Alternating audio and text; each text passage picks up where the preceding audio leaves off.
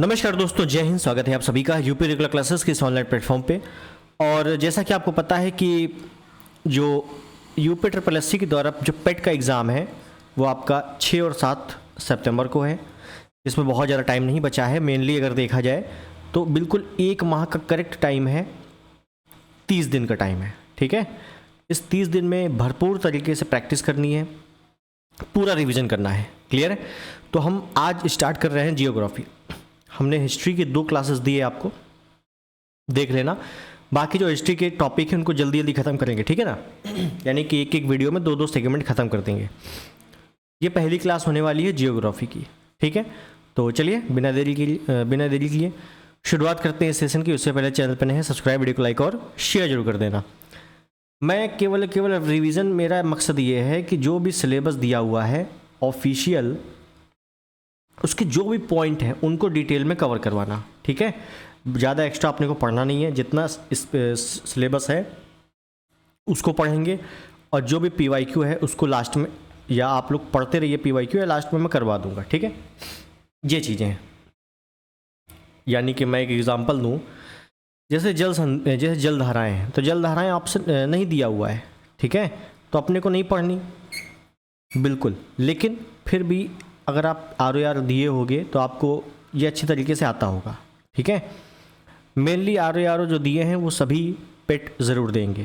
ये जो सिंगल जो पेट दे रहे हैं वो भी देंगे, मतलब जिनको ROR की मतलब नहीं था वो केवल और केवल पेट ही दे रहे थे, ठीक है।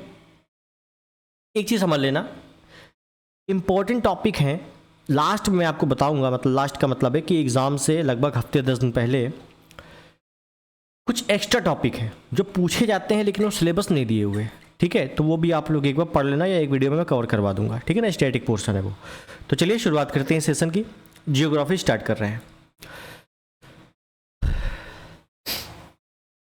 देखिए, जियोग्राफी में सबसे पहले हम लोग, ऐसा नहीं है कि भारत का अलग पढ़ेंगे, विश्व का अलग पढ़ेंगे, थोड़ा सा मिक्स करते हुए पढ़ेंगे, ठीक है, क्योंकि अपने को रिवीजन है। तो सबसे पहले हम लोग देख लेंगे कि अक्षांश और देशांतर, ये रेखाएं क्या होती हैं, क्योंकि भारत की स्थिति क्या है उसको एक बार देखते हुए फिर हम लोग भारत का भूगोल को शुरुआत करते हैं। बाकी जब मैं आपको विश्व का पढ़ाऊंगा, 1 या 2 या 3 वीडियो में मैं जियोग्राफी ख़त्म कर दूंगा, ठीक है। तो अक्षांश और देशांतर के जो बेसिक पॉइंट है वो समझ लेते हैं, ठीक। सबसे पहले अक्षांश देख लेंगे।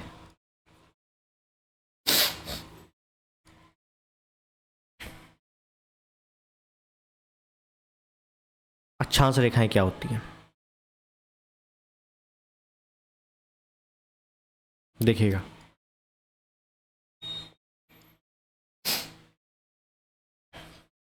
अगर मैं एक ग्लोब बना दूं, मैं एक पृथ्वी बना दूं,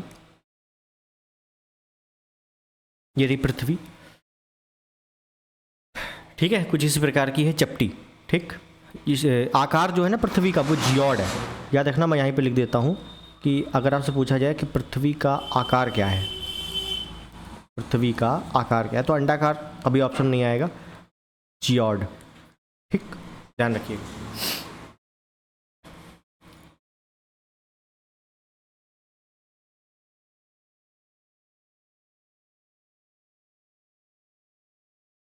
तो जो अक्षांश रेखाएं होती है ना वो इस प्रकार की होती हैं, जैसे ये हो गई, यानी कि लेटी हुई रेखाएं, ये लेटी हुई है ना,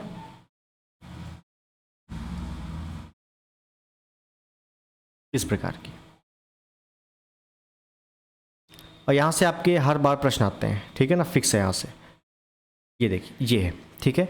यानी कि अगर मैं बोल दूँ ये 0 डिग्री है, ये कहीं पे यहाँ 23.5 डिग्री होगा, कहीं नीचे 23.5 डिग्री होगा, यानी कि कर्क रेखा, मकर रेखा, ये सब क्या है, ये अक्षांश रेखा है। क्लियर है? अक्षांश रेखाओं को लेटीट्यूड भी कहा जाता है, लेटीट्यूड्स। थोड़ा सा बहुत इंग्लिश का जो शब्दावली है ध्यान करते रहिएगा। अब आते हैं मेन पॉइंट पे। आपसे पूछेगा अक्षांशों की संख्या बताओ, अक्षांशों की संख्या। तो याद रखना, अक्षांशों की संख्या है 181। 181 कैसे? तो ये 0 दिख रहा है आपको, इसके ऊपर जाओगे ना तो 90 मिलेंगी, इसके नीचे जाओगे तो 90 मिलेंगी, यानी कि 90 प्लस 90 कितनी हो गई 180, अब प्लस एक 0 डिग्री वाला, ठीक है। तो इस हिसाब से ये बन गई 181। लेकिन अगर सबसे नीचे जाओगे ना लास्ट में, तो आपको एक पॉइंट दिखाई देगा, केवल पॉइंट, ये लास्ट में उत्तरी ध्रुव दक्षिणी ध्रुव एक पॉइंट दिखाई देगा। इसी वजह से एक क्वेश्चन और बनता है कि ये बताओ कुल अक्षांश रेखाओं की संख्या, यानी कि रेखा बताओ। रेखा का मतलब होता है ऐसे, ये कोई रेखा है ना, और ये तो पॉइंट है, डॉट है, डॉट तो गिनेंगे नहीं, केवल रेखा गिनेंगे। तो ऊपर एक डॉट, नीचे एक डॉट, 181 में 2 हटा दो, 2 डॉट है, तो भाई साहब ये कुल संख्या आ गई 179। ठीक है, ये आंकड़े जरूर याद रखना, इंपॉर्टेंट है। और कुछ अगर मैं बेसिक पॉइंट और लिखना चाहूँ तो लिख सकता हूँ।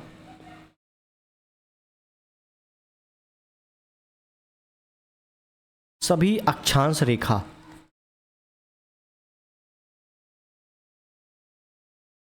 वृत्त बनाती हैं, बिल्कुल। सबसे बड़ा वृत्त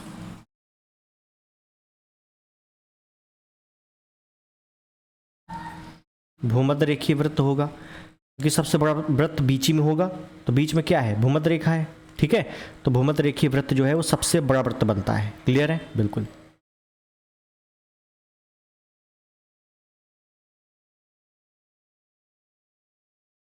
सभी अक्षांशों के मध्य दूरी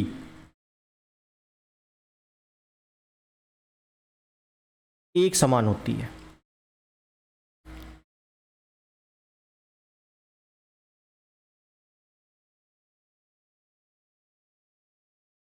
दो अक्षांशों के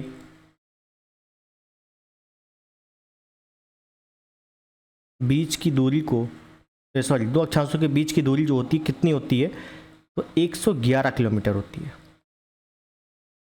ठीक है, ये ध्यान रखिएगा। और दो अक्षांशों के बीच की दूरी को कटिबंध कहा जाता है, कटिबंध। ठीक है, बेसिक पॉइंट था। और ध्यान देना है कि अक्षांश रेखाएं और देशांतर रेखा, देशांतर और अक्षांशों की बात हो रही है, तो अक्षांश रेखाओं से मौसमी गतिविधियां प्राप्त होती हैं या जानकारी प्राप्त होती है, और देशांतर रेखाओं से समय का ज्ञान होता है। ठीक है, तो याद रखना है कि अक्षांश रेखाओं से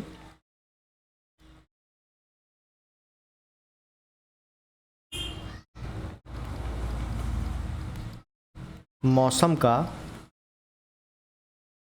पता लगाया जाता है। मौसम का पता लगाने का मतलब ये है कि जैसे आप अभी आगे मैं पढ़ाऊंगा आपको जलवायु वगैरह, ठीक है, तो कहाँ पर कितनी वर्षा होगी, किस स्थिति में सूर्य अधिक होगा तो वहाँ पर निम्न दाब हो जाएगा, वहाँ वर्षा अधिक होगी, ये सब जो है अक्षांश रेखाओं से पता चलता है। यहाँ तक बात क्लियर हो गई, ठीक है ना, बेसिक पॉइंट था। बाकी मैं आपको विषय में बताऊंगा। आगे बात करते हैं देशांतर रेखाओं की।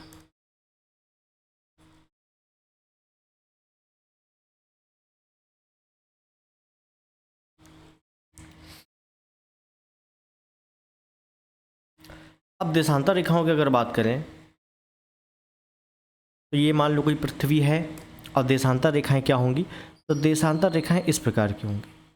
भाई जो अक्षांश रेखाएं थी वो ऐसी थी, लेटी हुई, लेकिन ये अब ऐसी नहीं, ये ऐसे खड़ी हुई होंगी। ठीक है, तो ये इंपॉर्टेंट है। ठीक, तो इसे हो गई, एक और ले लो ऐसे।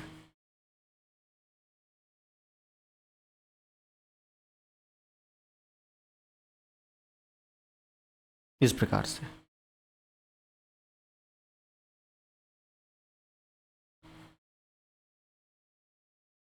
ये बीच में होगा 0 डिग्री।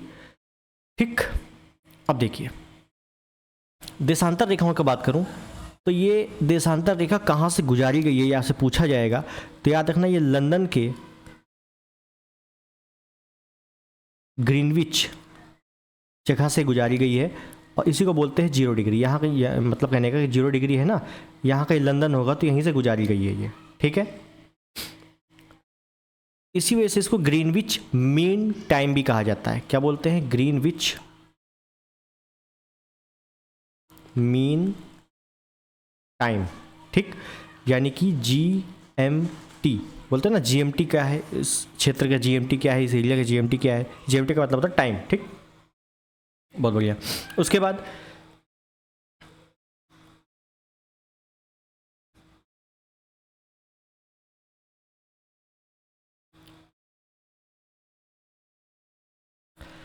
देशांतर रेखाओं की संख्या कितनी होती है? 360 होती है, यानी कि 360 डिग्री होती है, तो टोटल संख्या कितनी होगी? 360। ठीक, ये ध्यान रखिएगा। यानी कि 0 डिग्री के इधर वाली जो होंगी वो पूर्वी देशांतर कहा जाएगा, ठीक है, और इधर वाली जो होंगी ये पश्चिमी देशांतर कहा जाएगा। ये आप लोग थोड़ा ध्यान रखना। ये हो गया। अंतरराष्ट्रीय तिथि रेखा पूछेगा। अंतरराष्ट्रीय तिथि रेखा 180 डिग्री, याद रखना 180 डिग्री पर होता है, यानी कि 180 डिग्री देशांतर। 360 है तो 180 चाहे इधर से जाओ चाहे इधर से जाओ, दोनों तरीके से बराबर होगा, तो इसमें पूर्व पश्चिम नहीं करेंगे। ठीक है, ये ध्यान रखना। देशांतर रेखाएं हैं अर्धवृत्ताकार होती हैं। ठीक है, हाँ, यहाँ पे आपको दूरी बताऊंगा मैं। दूरी से मान लीजिए प्रश्न आ जाए,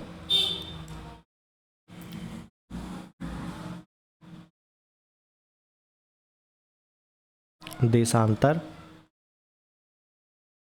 रेखा के मध्य दूरी, जैसे अगर आपने अभी देखा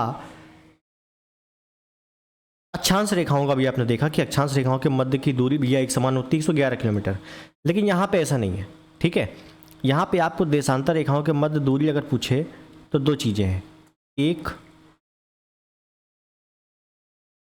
अधिकतम दूरी और एक न्यूनतम दूरी। तो अधिकतम दूरी जब भी आएगा तो याद रखना अधिकतम दूरी है भूमध्य रेखा की ओर, यानी कि भूमध्य रेखा में अधिकतम दूरी है कितनी है, तो 1 डिग्री पार करने में कितना है टाइम, सॉरी कितनी दूरी है, तो 111.32 किलोमीटर। थोड़ा ही अंतर है, 111.32 किलोमीटर।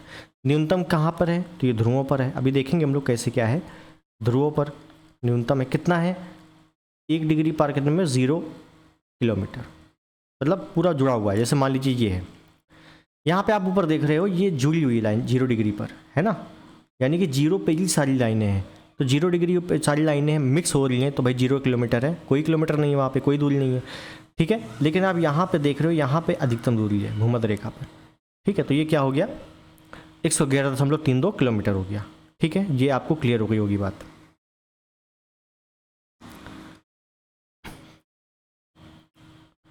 अब बात आती है कि मान लीजिए ये है पृथ्वी। देखिए टेक्निकल चीज़ें थोड़ी सी जान जाओगे ना तो दिक्कत नहीं होगी। जैसे मान लीजिए ये पृथ्वी है, जाहिर सी बात है 0 डिग्री अक्षांश रेखा गुजर रही है, ये अक्षांश रेखा 0 डिग्री अक्षांश। ठीक, यहीं कहीं 0 डिग्री देशांतर गुजर रहा है, तो अक्षांश रेखा 0 डिग्री अक्षांश 0 डिग्री देशांतर गुजर रही है। ये दोनों कहीं तो मिल रही हैं, ये इस पॉइंट पर मिल रही है। ये पॉइंट कहाँ पर है, ठीक है, तो ये जो पॉइंट है ना, ये आपको पॉइंट पड़ता है अटलांटिक महासागर में। ये हालांकि ये अफ्रीका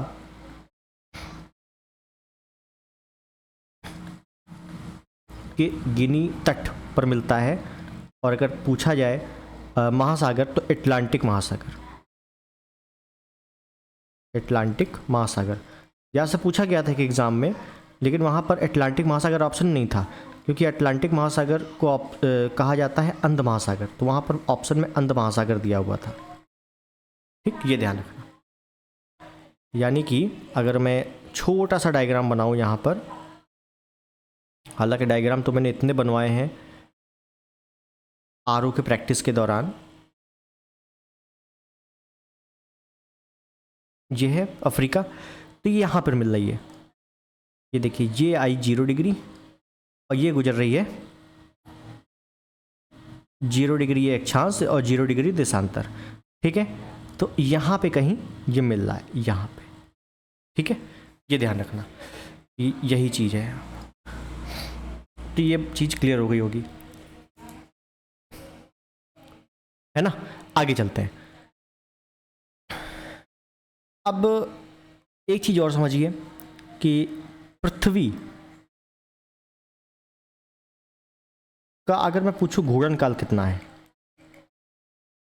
देखो पृथ्वी का बहुत ज़्यादा अपने को वो नहीं पढ़ना है, ठीक है ना, अपने आप को सिलेबस इतना ज़्यादा डिटेल नहीं दिया हुआ है कि अपने को बहुत ज़्यादा डिटेल पढ़ना हो। पृथ्वी का अगर मैं घूर्णन काल पूछूं तो आप क्या बताओगे? देखो दो तरीके से काल होते हैं, एक होता है पृथ्वी का घूर्णन काल यानी कि परिक्रमण काल, और एक होता है एक होता है परिभ्रमण काल, एक होता है परिक्रमण काल। परिक्रमण मतलब सूर्य के चारों ओर चक्कर लगा रही पृथ्वी, वो होता है परिक्रमण, और एक होता है परिभ्रमण जिसको घूर्णन भी कहा जाता है, यानी कि अपनी ही अक्ष पर घूम रही है वो लगभग 24 घंटे में, ठीक है। लेकिन एग्जैक्ट अगर बोला जाए तो 23 घंटे 56 मिनट और 4 सेकेंड, लगभग 24 घंटे होता है। यानी कि 24 घंटे में भाई अगर पूरा घूम रही है तो वृत्त पूरा घूमता है, और पूरा वृत्त जो होता है वो कितने डिग्री का होता है? 360 डिग्री का होता है, जाहिर सी बात है। यानी कि 1 डिग्री अगर यहाँ से निकालोगे तो 4 मिनट आएगा। 1 डिग्री यहाँ से निकालोगे तो 4 मिनट आएगा। कैसे आएगा? कुछ पल्ले नहीं पड़ा होगा, जो लोग नए हैं बता दूं, अगर मैं इसको उल्टा कर दूं 360 डिग्री बराबर 24 गुणे 60 मिनट, ठीक है। तो 1 डिग्री बराबर 24 गुणे 60 बटे 360, और यहाँ से थोड़ा सा कैलकुलेशन करेंगे तो 0 से 0 ख़त्म, 6 चौके 24, 4 मिनट, यानी कि 1 डिग्री बराबर 4 मिनट। अब देखिएगा कुछ चीज़ें हैं, यानी कि इसको आपको पता रहना चाहिए, ठीक है। दूसरी चीज़, अगर मैं यहीं पर बोल दूं कि हमें 1 घंटे का बताओ, 1 घंटे बराबर, तो 1 घंटे बराबर यानी कि 60 से 15 चौके 60 होता है, तो 15 डिग्री आ गया। 1 घंटे में 15 डिग्री और 4 मिनट में 1 डिग्री, क्लियर है। यानी कि 1 डिग्री पार करने में 4 मिनट का समय लगेगा। ये बात आपको ध्यान में रखनी है। ये क्यों बता रहे हो? क्योंकि अपने सिलेबस में टाइम जोन भी दिया हुआ है, क्लियर है। ध्यान दीजिए, 1 डिग्री पार करने में 4 मिनट का समय है, ठीक, और 15 डिग्री पार करने में 1 घंटे का समय। ये मैंने इस वजह से एक्स्ट्रा बता दिया है ये 1 घंटे वाला, ताकि दिमाग में बना रहे और क्वेश्चन जल्दी सॉल्व हो, अगर यहाँ से क्वेश्चन आते हैं तो। अब देखो कैसे होगा।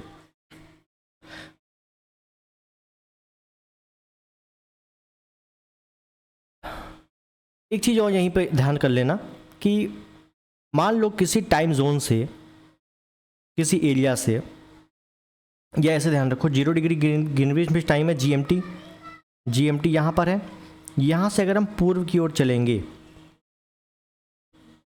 तो हमेशा प्लस होगा, प्लस यानी कि धनात्मक। पश्चिम की ओर चलेंगे तो ये होगा माइनस यानी कि ऋणात्मक, ठीक है। ये सेगमेंट आपको पता होना चाहिए, बहुत इंपॉर्टेंट सेगमेंट है ये सेगमेंट पता होना चाहिए।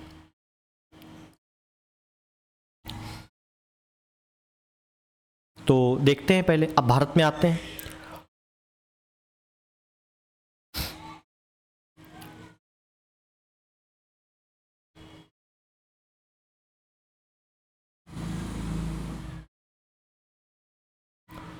डायग्राम आपको बनाना आना चाहिए,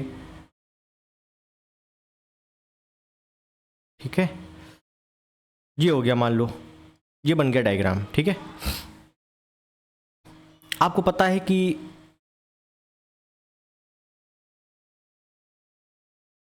एक मिनट रुकिएगा, हाँ देखिएगा, ये है 0 डिग्री यानी कि भूमध्य रेखा, ठीक है।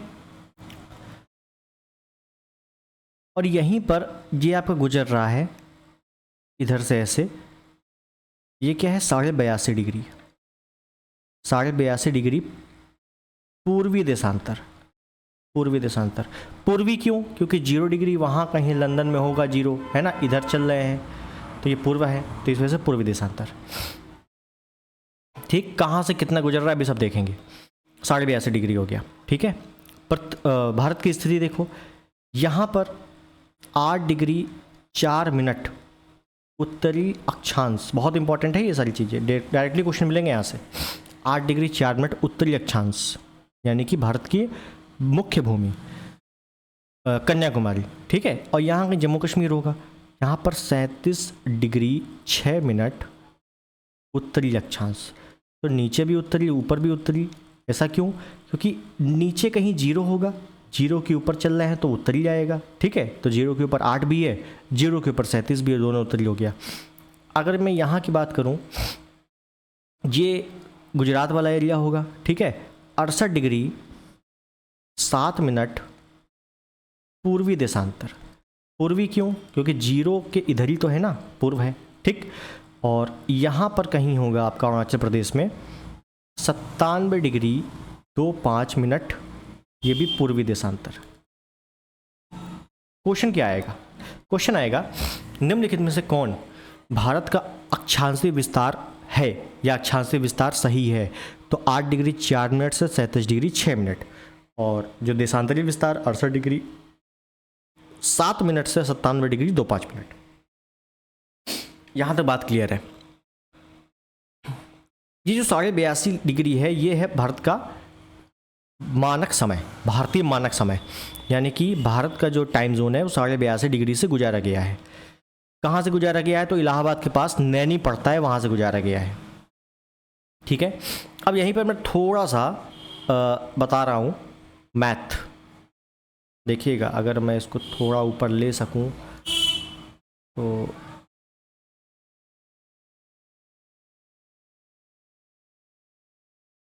देख लेते हैं।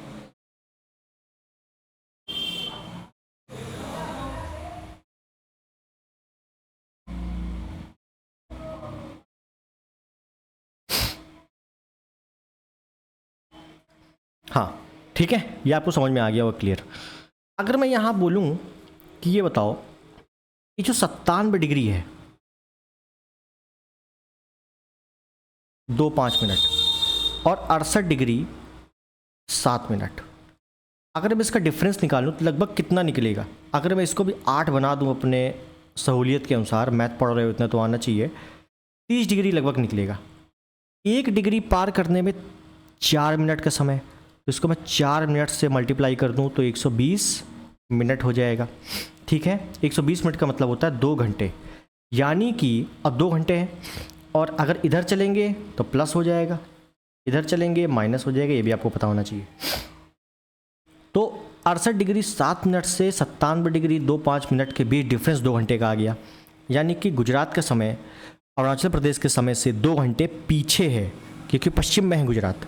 या ऐसे मैं कह दूं, अरुणाचल प्रदेश का समय गुजरात के समय से 2 घंटे आगे है। क्यों? अरुणाचल प्रदेश जो है वो पूर्व में है, तो प्लस होगा। ध्यान रहना चाहिए ये चीज़ें बहुत बार काम आएंगी। अभी जब मैं अगले टर्न पे क्वेश्चन लेकर आऊँगा इसके, ठीक है, क्योंकि टाइम जोन है और सिलेबस में, तो हो सकता है क्वेश्चन यहाँ से आ जाए, तो ये ध्यान रखना, ठीक। सेगमेंट बस एक चीज़ ध्यान रखना कि 1 डिग्री पार करने में 4 मिनट का समय लगता है, बस सारी चीज़ें समझ में आ जाएंगी। भारतीय मानक समय 82.5 डिग्री पर है, ये भी ध्यान रखना, ठीक है। आगे चलते हैं।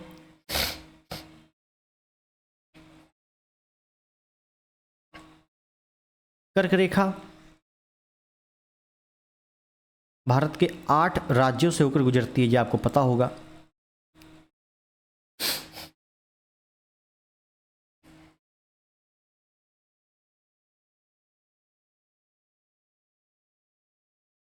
वो भारतीय राज्य कौन कौन से हैं और क्या क्या विशेषताएं हैं वो देख लेंगे। तो ये रहा कर्क रेखा, सॉरी क्षमा चाहूँगा, मैंने यहाँ शायद 0 बोल दिया था क्या? जी, ये गड़बड़ हो गया। 0 नहीं है भाई, 0 कहाँ से आ जाएगा यहाँ पे, ठीक है। ये है 23.5, ठीक है, पता होगा सबको 23.5 डिग्री गुजर रही है।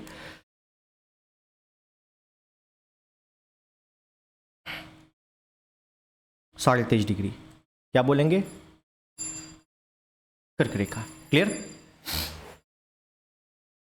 तो कितने राज्यों से गुजर रही है? 8। कौन कौन से हैं? तो देखिएगा, यहाँ पर आपका गुजरात पड़ता है, फिर यहाँ पर राजस्थान है, फिर यहाँ मध्य प्रदेश है, फिर यहाँ छत्तीसगढ़ है, फिर यहाँ झारखंड है, फिर यहाँ पश्चिम बंगाल है, फिर यहाँ पर मिजोरम है, सॉरी त्रिपुरा है यहाँ पर, और फिर लास्ट में मिजोरम है, ठीक है। बिल्कुल क्रम से ही लिखेंगे हम, सबसे पहले गुजरात है, राजस्थान है, मध्य प्रदेश है, छत्तीसगढ़ है, छत्तीसगढ़ शायद गलत लिख गया,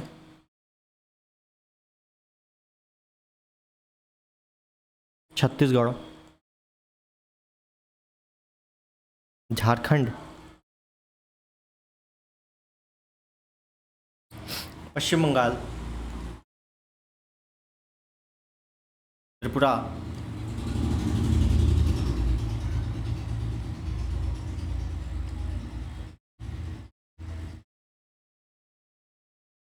और मिजोरम।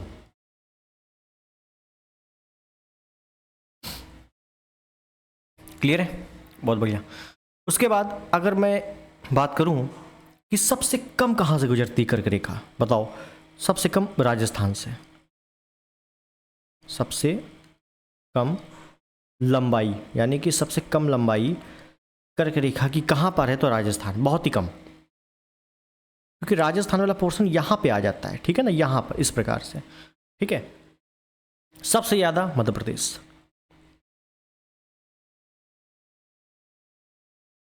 सबसे ज्यादा लंबाई मध्य प्रदेश, इस प्रकार से मध्य प्रदेश, लगभग पूरा ही मध्य प्रदेश बीचों बीच से गुजर रही है, ठीक। झारखंड की राजधानी रांची, मतलब पूरी की पूरी राजधानी है वो कर्क रेखा पर स्थित है, कर्क रेखा पर स्थित। पूछेगा कि तुमसे कर्क रेखा पर स्थित राजधानी कौन सी है, तो झारखंड की राजधानी रांची।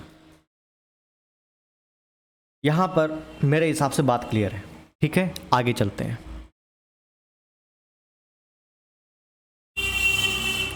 आगे बात कर लें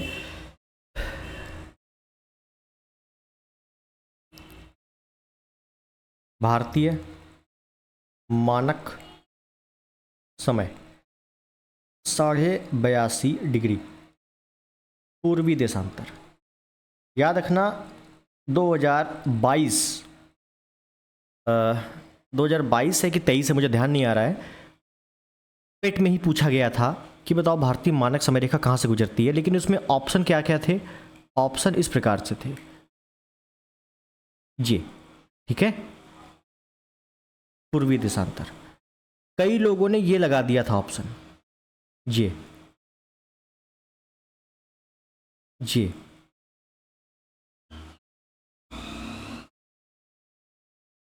इस हिसाब से ऑप्शन में थे, और ये भी 2 ही था जी ऑप्शन में थे, यानी कंफ्यूजन वाला क्वेश्चन था वो, ठीक है ना। तो कुल मिला के ओवरऑल बात इतनी है कि इजी पढ़ना है, लेकिन बहुत ही सटीक पढ़ना है, पता होना चाहिए 82.5 डिग्री का मतलब ये होता है, 82.5 और 30 degree, 30 minute, sorry 30 minute, 82 degree 30 minute, 82.5 होता है। क्लियर है? तो ये पता होगा आपको। आगे मैं चलता हूँ।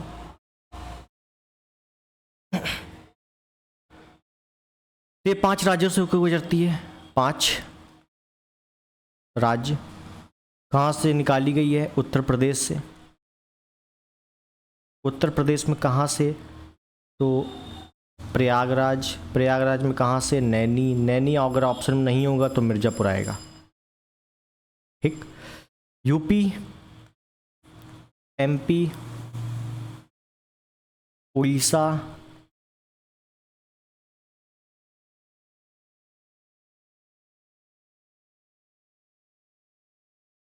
छत्तीसगढ़, आंध्रा यानी कि आंध्र प्रदेश, ठीक है, ये ध्यान रखना। अब देखो एक और पॉइंट, ये रही 82.5 डिग्री,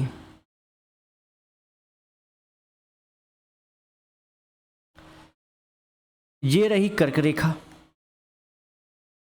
23.5 डिग्री। तो बताओ कहाँ मिल रही हैं ये?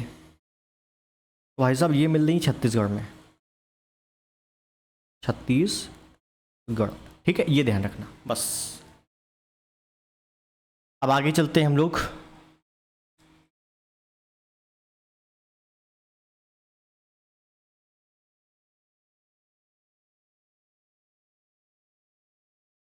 जो भारत है, भारत गलत बन गया शायद, है ना।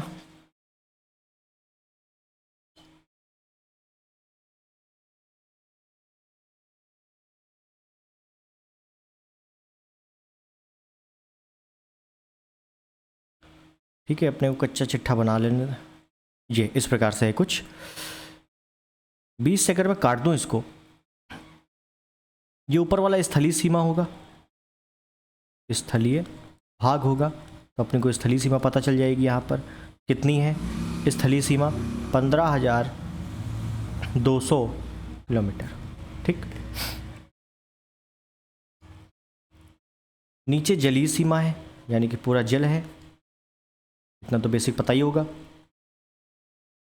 ठीक है, जलीय सीमा कितनी है? जलीय सीमा आ जाए या तटीय सीमा आ जाए, ठीक है, ये है 6100 किलोमीटर। यहीं पर अगर पूछ ले कुल तटीय सीमा, तो आप करोगे 75,16.6 किलोमीटर, क्योंकि अंडमान निकोबार लक्षद्वीप का भी जोड़ जाएगा। ठीक है, लेकिन अभी अपडेट हुआ है,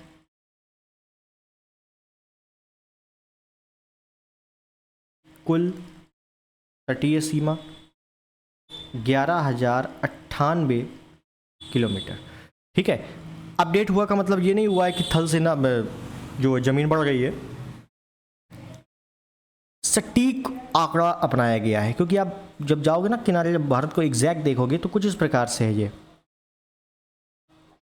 ये इस प्रकार से कहीं ऐसे है। ठीक है, लेकिन हम लोग अपनी सहूलियत के अनुसार ऐसे बना लेते हैं, या नाप भी लेते हैं सहूलियत के अनुसार, लेकिन एग्जैक्ट नापा गया है। तो लगभग कितना निकला है कुल सीमा? 11,098। ठीक है, तो ये थोड़ा सा ध्यान रखिएगा। 11,098 क्या है? ये तटीय सीमा है, कुल तटीय सीमा।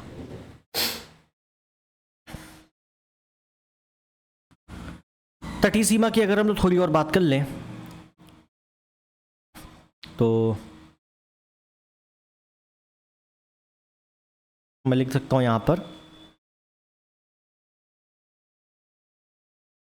समुद्री या तटीय राज्य कौन कौन से हैं। तो भाई सबसे अधिक तटरेखा किसकी है? गुजरात की है सबसे अधिक। सेकंड नंबर पे आंध्र प्रदेश की है। थर्ड नंबर पे तमिलनाडु की है। डॉट डॉट डॉट सबसे छोटा गोवा है, मैं यहाँ लिख देता हूँ गोवा। ठीक है, ध्यान रखिएगा, 3 तक पता होना चाहिए, 3 ही तक पूछा जाता है। आगे देखें,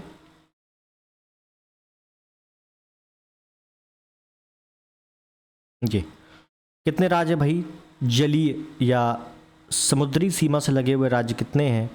तो देखेंगे हम लोग यहाँ पर भाई साहब गुजरात है जो सबसे ज़्यादा इसकी तटीय सीमा है।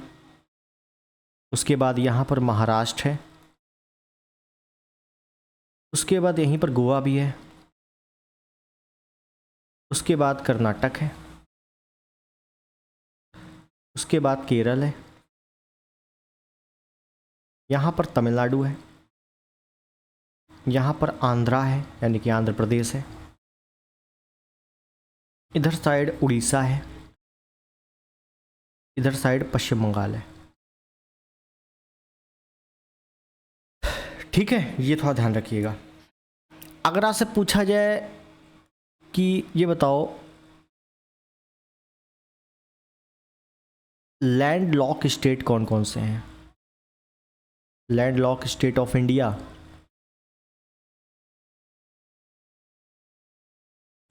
लैंडलॉक का मतलब है जिसकी सीमा किसी अंतर्राष्ट्रीय क्षेत्र से ना लग रही हो, ना किसी समुद्र से लग रही हो। ठीक है, अपने अंदर ही अंदर हो। वो कौन कौन से हैं याद रखना है। हरियाणा, एक मिनट रुकिए,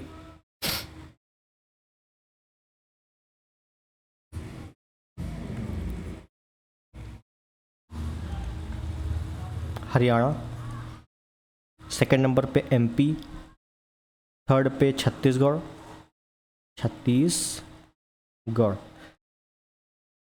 चौथे पे आप लिख लीजिए झारखंड, 5वें पे आप लिख लीजिए तेलंगाना। 5 लैंडलॉक स्टेट है, पता होने चाहिए, एग्जैक्ट पता पूछा जा सकता है, ठीक है। मैं यहीं पर लिख दूं गुजरात और पश्चिम बंगाल। गुजरात और पश्चिम बंगाल क्या है, स्पेशल क्या है भाई, ये समुद्री सीमा में लगे हुए हैं प्लस अंतर्राष्ट्रीय सीमा में भी लगे हुए हैं। समुद्री सीमा से भी है, अंतर्राष्ट्रीय सीमा से भी है भाई। गुजरात पाकिस्तान से, पश्चिम बंगाल बांग्लादेश से। क्लियर है, यहाँ तक बात क्लियर है, बिल्कुल एग्जैक्ट। ठीक है, आगे चलते हैं। अब आगे हम लोग बात करेंगे, ये हम लोग दक्षिण भारत की थोड़ी बात कर ली, ठीक है। उत्तर भारत आते हैं।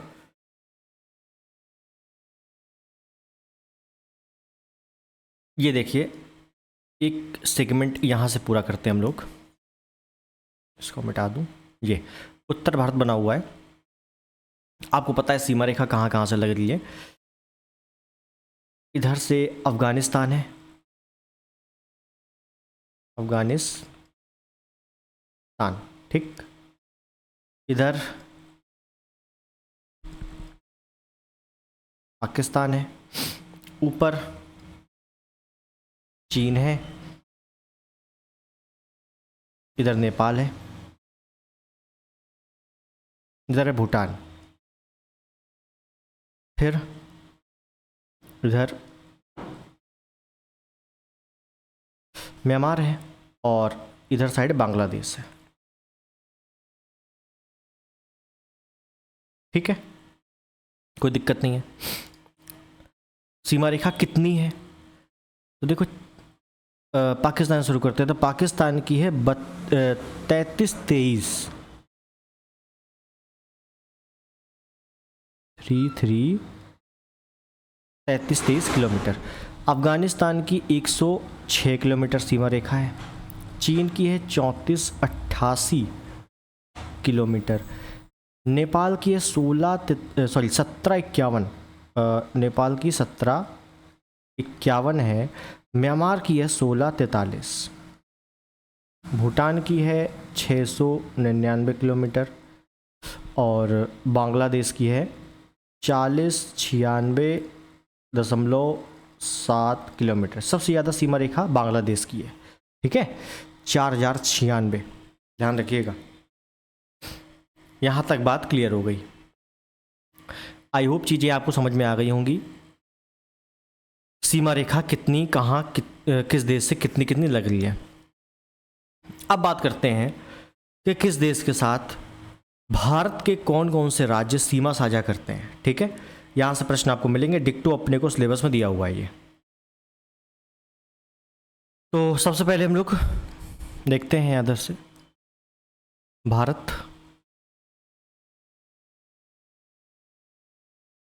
पाक सीमा। सबको पता है भारत पाक सीमा का जो नाम है रेडक्लिफ सीमा है, ठीक है। इसका जो निर्धारण किया था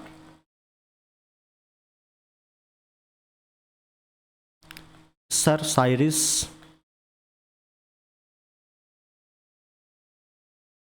रेडक्लिफ ने किया था 1947 में। और ये जो सीमा है ना भारत पाक सीमा, ये अध्यारोपित सीमा है। अध्यारोपित सीमा का मतलब होता है कोई थर्ड पार्टी आकर दो देशों की सीमा बना गया, ठीक है, वही चीज़ हुई इसमें। कौन कौन से भाई अगर देखा जाए राज्य हैं तो गुजरात, राजस्थान, पंजाब, जम्मू कश्मीर, लद्दाख, ठीक। और अगर मैं यहीं पर बोल दूं भारत पाक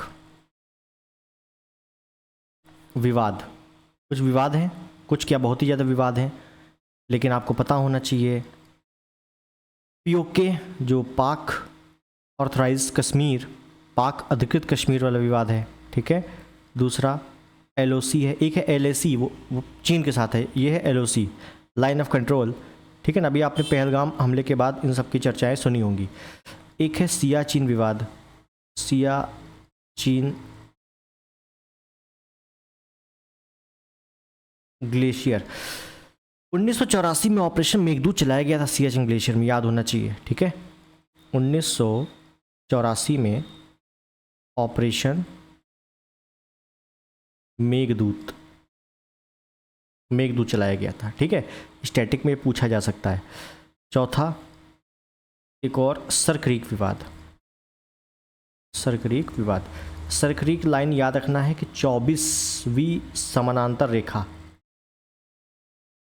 24वीं समानांतर रेखा किसके किसके मध्य है, तो भारत पाकिस्तान के मध्य है, ठीक है, कच्छ की खाड़ी के पास। आगे चलें, आगे हम लोग देखेंगे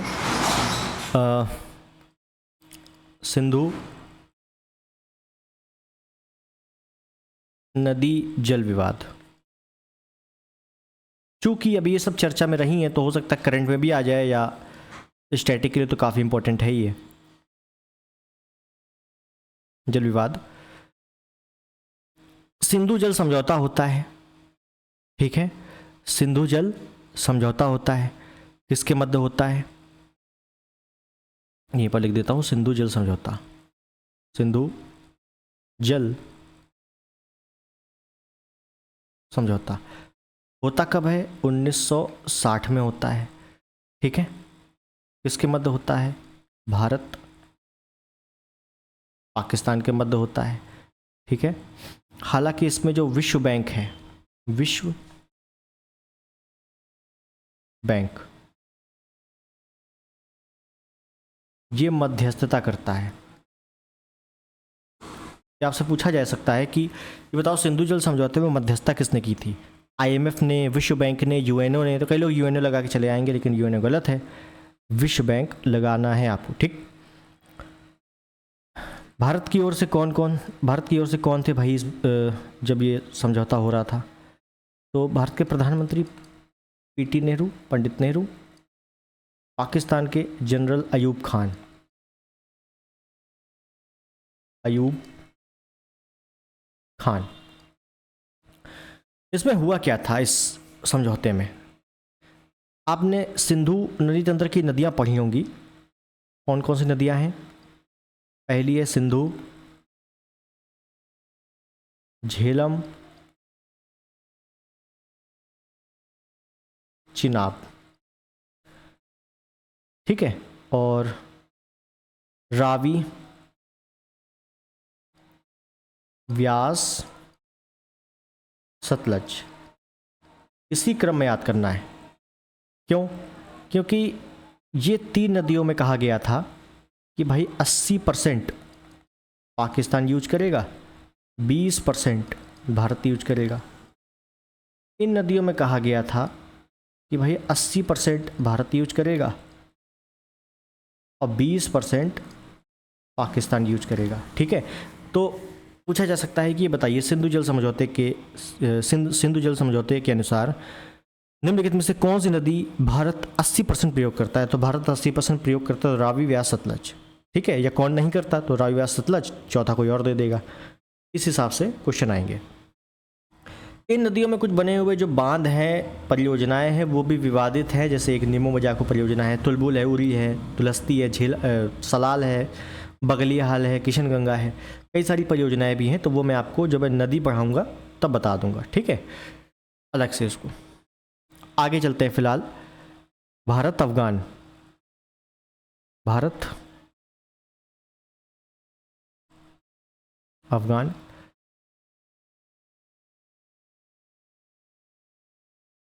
डूरंड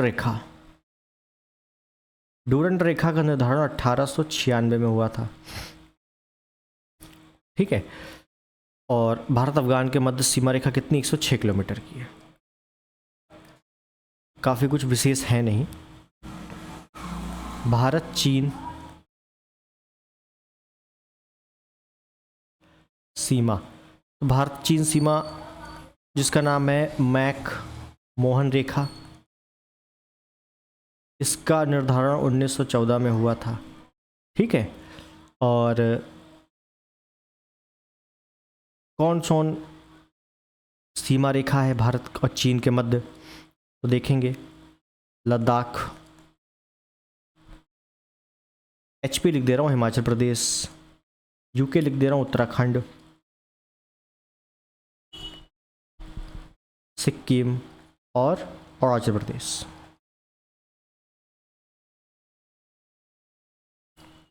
ठीक है, ये हो गया। आगे चलें, भारत नेपाल।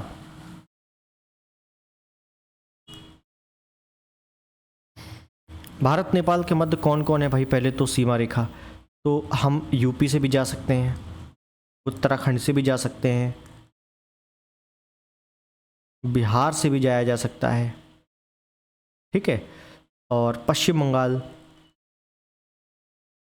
और सिक्किम।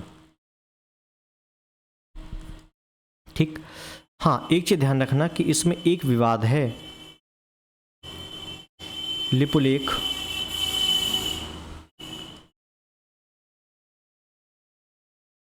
काला पानी विवाद। आपसे पूछा जाएगा कि बताओ लिपुलेख काला पानी विवाद किस देश के मध्य, भारत और किस देश के मध्य है? तो नेपाल के साथ। ये काला पानी विवाद है क्या, समझिए। हालांकि इतना डिटेल नहीं आएगा, फिर भी बता दे रहा हूँ। ये है नेपाल, ठीक।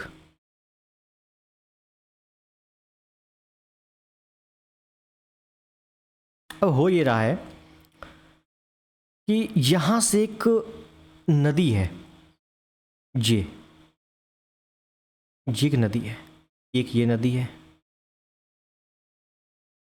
जो कि नेपाल का बॉर्डर साझा कर रही है, नेपाल की सीमा रेखा बना रही है, ठीक है। लेकिन एक और नदी है, वो यहां से आती है, यहीं मिल जाती है, ठीक है। अब ये कौन कौन सी नदियां हैं देखो। इस नदी का नाम है काली नदी, इस नदी का नाम है मैची नदी, और ये है काली। लेकिन एक ये जो नदी है ना, इस नदी का नाम है लिम्पियाधुरा नदी, लिम्पियाधुरा नदी। मान लीजिए अगर प्रश्न बना कि भारत और नेपाल के मध्य विवाद या काला पानी विवाद किस नदी के तहत है, तो लिम्पियाधुरा नदी, ठीक है। तो इसके मध्य ये जो क्षेत्र है जो विवादित है, नेपाल कह रहा है ये मेरा है, जो हमारी सीमा रेखा है लिम्पियाधुरा से है, लेकिन भारत कह रहा है नहीं, तुम्हारी सीमा रेखा काली नदी से है। तो ये जो बीच का क्षेत्र है विवादित है, इसी बीच के क्षेत्र को कहा जाता है काला पानी, इसीलिए कहा जाता है काला पानी विवाद, ठीक है। हालांकि ये सुगौली की संधि में ये हुआ था 1816 में, आंग्ल नेपाल के मध्य सुगौली की संधि हुई थी, उतना डिटेल नहीं जाना अपने को। तो ये तय हुआ था काली नदी, लेकिन ये विवाद है। क्लियर हो गई चीज़, आगे चलते हैं। अब हम लोग देख लेंगे भूटान। भारत भूटान, भारत भूटान के मध्य कोई ऐसा सीमा रेखा का नाम नहीं है। हाँ एक चीज़ ध्यान रखना कि भारत भूटान के मध्य एक डोकलाम विवाद जरूर था, डोकलाम विवाद। हालांकि ये अब समाप्त हो गया है, ठीक है। ध्यान देना, कहीं पूछ ले कि डोकलाम विवाद किसके मध्य, भारत भूटान के मध्य।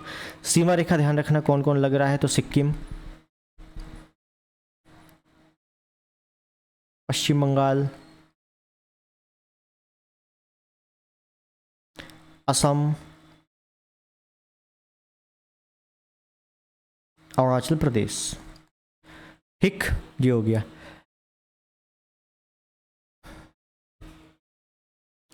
आगे चले,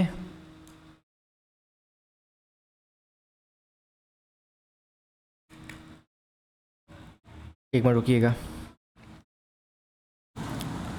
आगे हम लोग देख लेते हैं यहीं पर, ये ध्यान रखिएगा, मैं यहीं पर बता देता हूँ। भारत म्यांमार, भारत और म्यांमार के मध्य एक प्राकृतिक सीमा बन रही है जो है अराकान योमा श्रेणी।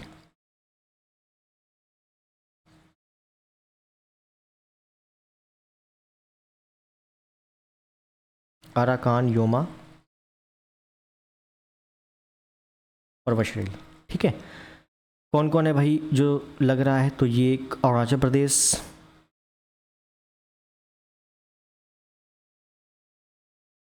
नागालैंड,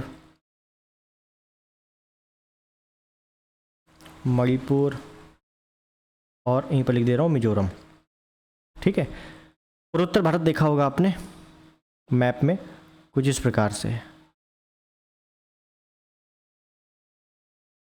ये अरुणाचल प्रदेश, ये नागालैंड, ये एक मणिपुर, ये मिजोरम। अरुणाचल प्रदेश, नागालैंड, मणिपुर, मिजोरम। क्रम जरूर याद रखना, उत्तर से दक्षिण पूछा जा सकता है, उत्तर से दक्षिण क्रम बताइए। तो अरुणाचल प्रदेश, फिर नागालैंड है, फिर थर्ड नंबर में मणिपुर है, फिर लास्ट में मिजोरम है। क्लियर? आगे चलते हैं, आगे हम लोग देख लेंगे क्या बचा। भारत, पाकिस्तान हो गया, अफगानिस्तान हो गया, चीन हो गया, नेपाल, भूटान, म्यांमार, बांग्लादेश।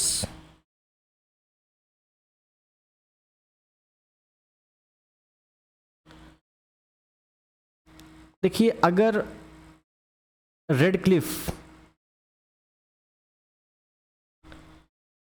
पाकिस्तान के मध्य नहीं आता है तो फिर बांग्लादेश टिक करना है। ठीक है, तो ये एक, तो ये सीमा रेखा है, एक सीमा रेखा है 3 बीघा कॉरिडोर। आपसे पूछेगा 3 बीघा कॉरिडोर किसके किसके मध्य है? तो पश्चिम बंगाल और बांग्लादेश के मध्य। ठीक है, तीसरा सीमा रेखा आपसे पूछेगा, ये बताओ जीरो लाइन किसके मध्य है, जीरो रेखा किसके मध्य है? तो त्रिपुरा और बांग्लादेश। ठीक है, हाँ, एक और, न्यू मोर विवाद, न्यू मोर द्वीप विवाद किसके किसके मध्य है? तो भारत और बांग्लादेश। अब कौन कौन है जो सीमा रेखा है? तो एक तो देखो पश्चिम बंगाल हो गया, उसी से अलग हुआ है, कोई दिक्कत नहीं है। असम हो गया, त्रिपुरा, मिजोरम, मेघालय। ठीक, 5 भारतीय राज्य हैं जो भारत और बांग्लादेश के मध्य सीमा साझा कर रहे हैं। क्लियर है? अब पूर्वोत्तर राज्य में आपको ये जरूर पता होना चाहिए कि 7 सिस्टर्स में कौन कौन आता है। 7 सिस्टर स्टेट, 7 सिस्टर स्टेट में कौन कौन आता है, कौन कौन नहीं आता है, ऐसे पूछ लेगा। तो याद रखना है कि 7 सिस्टर स्टेट में कौन कौन है। तो पूर्वोत्तर के सभी हैं, अरुणाचल प्रदेश, नागालैंड, मणिपुर, मिजोरम, त्रिपुरा, मेघालय। कितने हो गए? 1 2 3 4 5 6, क्या बचा? एक असम। ठीक है, यहाँ पे ऑप्शन में ज़रूर देता है पश्चिम बंगाल, पूछेगा कि 7 सिस्टर्स में कौन नहीं है, पश्चिम बंगाल ऑप्शन में देगा, वही टिक करना है। ठीक, क्योंकि पश्चिम बंगाल ही लगता है कि वो थोड़ा सा पूर्व में है, लेकिन वो 7 सिस्टर्स के अंतर्गत नहीं आता। क्लियर है? आपको पता होना चाहिए भारत में राज्य कितने हैं?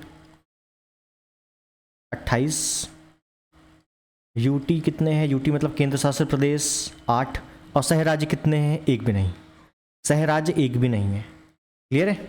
चलिए, एक सेगमेंट और है, उसको भी बता दें।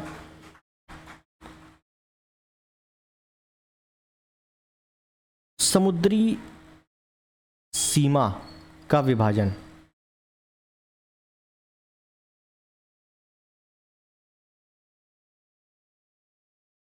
अनक्लोज के तहत, अनक्लोज एक संस्था है जो समुद्री सीमा का निर्धारण करती है।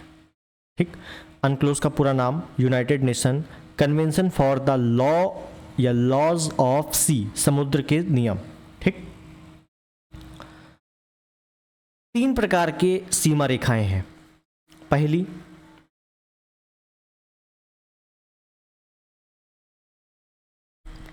सामुद्रिक सीमा या इसी को प्रादेशिक सीमा कहा जाता है।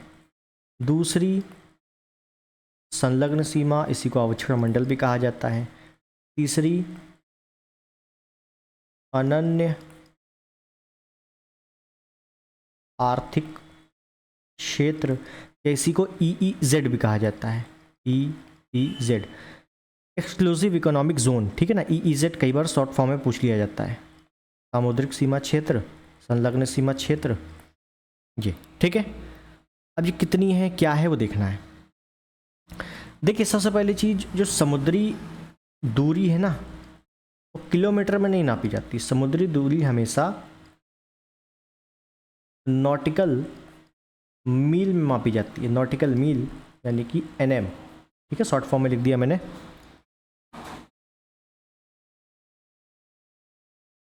नॉटिकल मील NM, क्लियर है। अब देखिएगा थोड़ा सा इसको अलग स्लाइड पे ले लें। जैसे मान लीजिए ये है भारत की बात कर लें, और ये रूल उसी में लागू होता है जिस देश की समुद्री सीमा है, या जो भी देश समुद्र से सीमा साझा कर रहा है।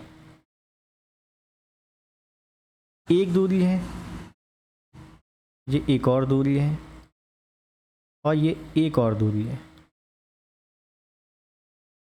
ठीक है। इसी को बोला जाता है, ये जो पहली वाली दूरी है ना, ये होती है 12 नॉटिकल मील। 12 नॉटिकल मील, एक नॉटिकल मील में लगभग 1.85 किलोमीटर है। ये है 24 नॉटिकल मील, और ये है 200 नॉटिकल मील। इसको बोलेंगे सामुद्रिक सीमा, इसको बोलेंगे संलग्न सीमा, और इसको बोलेंगे EEZ, अनन्य आर्थिक क्षेत्र। इन तीनों क्षेत्रों में हर देश को, जिसके भी देश के साथ समुद्री सीमा लग रही है, उसको कुछ ना कुछ अधिकार दिए गए हैं अनक्लोज के द्वारा। क्या अधिकार दिए गए हैं वो देखना है।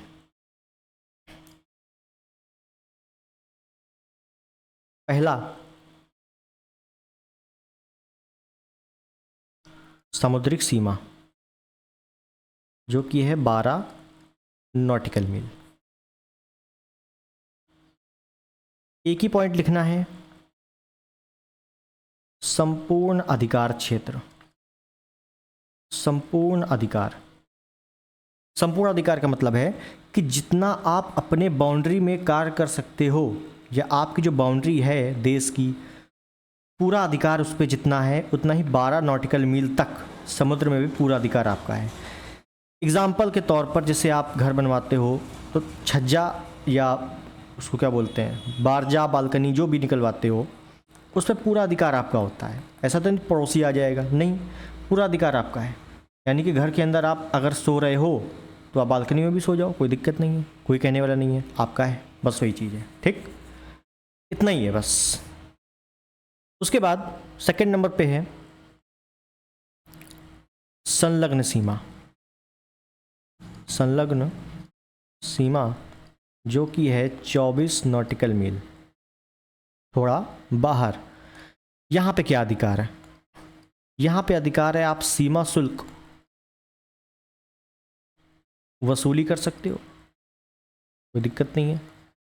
आपको पूरा वित्तीय अधिकार है, वित्तीय अधिकार है। प्रदूषण नियंत्रण, प्रदूषण नियंत्रण अधिकार है, ठीक है। प्रदूषण को उस एरिया में आप कंट्रोल कर सकते हो।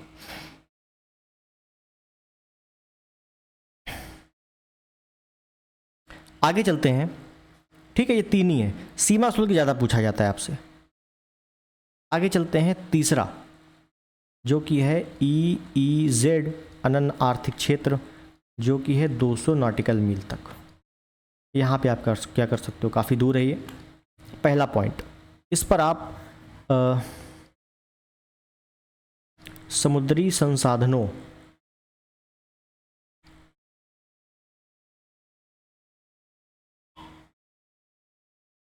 को निकाल सकते हो, ठीक है। और कृत्रिम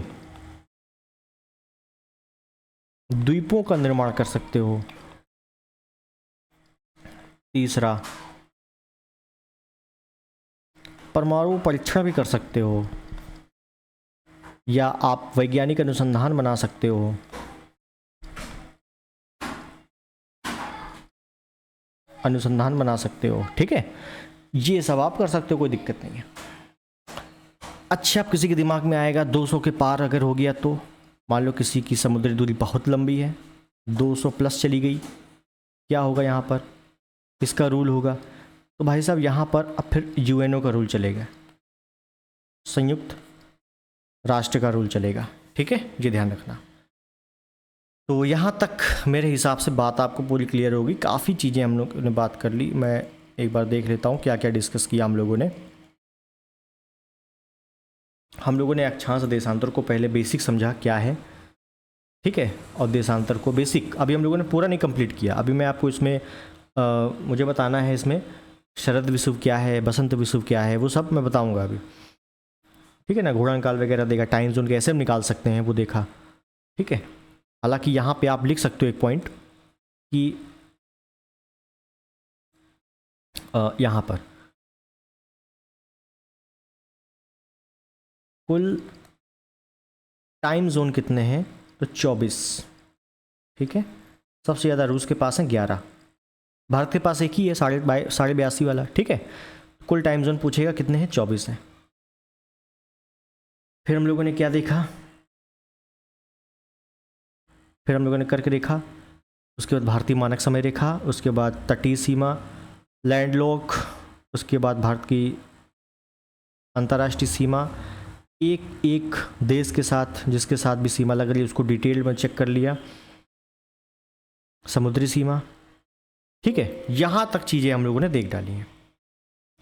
अब इसके आगे शुरू होता है भारत का भौतिक विभाजन, वो भी अपने सिलेबस में है। भौतिक विभाजन में मोटा मोटा दिया हुआ है कि आप पहाड़ियाँ, पर्वत, है ना, और यही सब चीज़ें हैं। पहाड़ियाँ, पर्वत है, उत्तर का मैदानी भाग है, दक्षिण के पर्वत है जितने, उनको डिटेल्ड में, ठीक है। इन सबको कवर करेंगे अगले टर्न पे, और अगले टर्न पे लगभग 50% कवर हो जाएगा, ठीक। फिर जो बचेगा आपका मानसून वगैरह है या थोड़ा सा विश्व में है ना, उसको मैं विश्व वाला जो है थोड़ा सा जैसे सीमा रेखा है या राजधानी वगैरह है, उसको स्टैटिक पोर्शन मिलाकर कवर करवाऊंगा, ठीक है। तो आई होप वीडियो आपको इतना समझ में आ गया होगा। पसंद आया हो, चैनल पर नए हो सब्सक्राइब कर देना, वीडियो लाइक कर देना, शेयर कर देना। मिलते हैं अगले वीडियो में, तब तक के लिए नमस्कार, जय हिंद, वंदे मातरम।